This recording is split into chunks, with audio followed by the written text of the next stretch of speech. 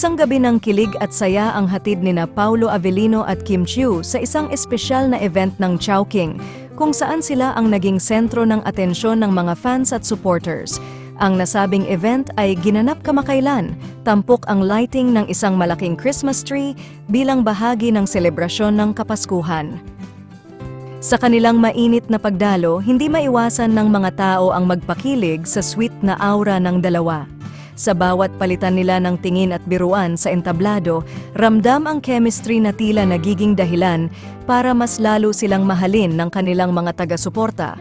Bukod sa simpleng pakikipagkwentuhan sa audience, game na game rin sina Paulo at Kim sa mga interactive na bahagi ng programa. Nagkaroon pa ng pagkakataong magduet ang dalawa na mas nagdagdag ng holiday vibes sa gabing iyon. Hindi rin nakaligtas sa mata ng mga netizen ang tila sweet na pag-aasikaso ni Paulo kay Kim habang nasa event.